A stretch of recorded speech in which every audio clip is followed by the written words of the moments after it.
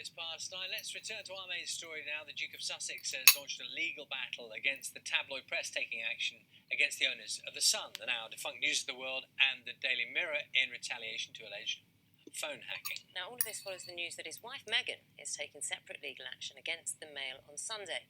We're joined now by the royal commentator and historian Victoria Howard. Good morning. How surprising is this? It was a little bit surprising twice in a week. Exactly, the timing of it all. So these lawsuits came off the back of their Southern Africa tour, which has been so successful. They've had such good coverage, highlighted some amazing causes, which is what has confused a lot of people. But it seems to be that they're doing this at this time from a position of strength.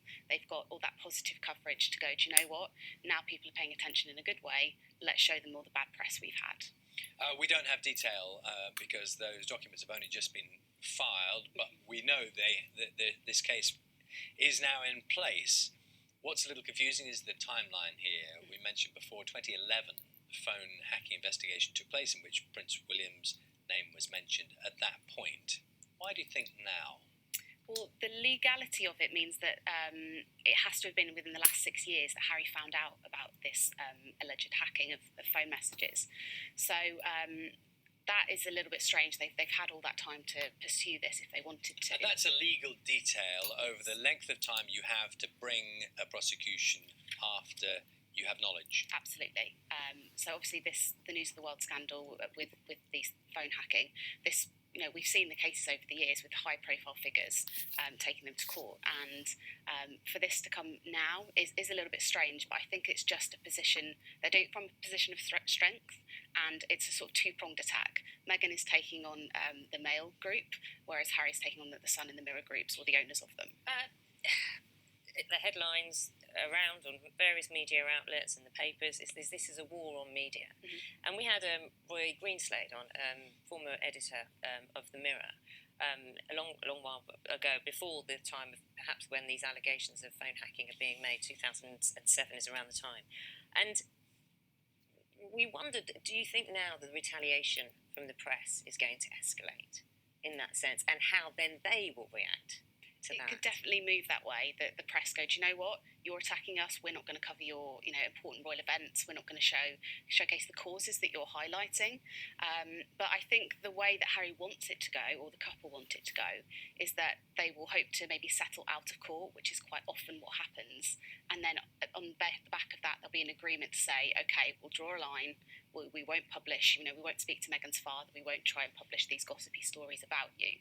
So I think that's possibly where they're trying to get to. But obviously, it's a risky strategy with the court. Well, it's interesting talking to Roy Greenslade, who, former editor of a national newspaper, and he set up the scenario of the decision, in a way, the papers have to make as to which side of this the public are on. Because the legal case is a legal case. That will either go to court or it won't. A decision will be made. Mm-hmm. There are other issues around this which are slightly harder to determine, which is, will this royal couple have public support in making the moves they are in principle?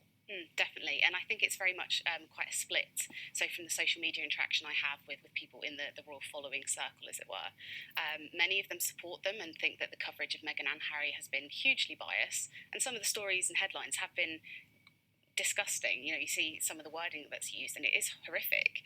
But others think, actually, do you know what? This is part and parcel of being a royal and a public figure.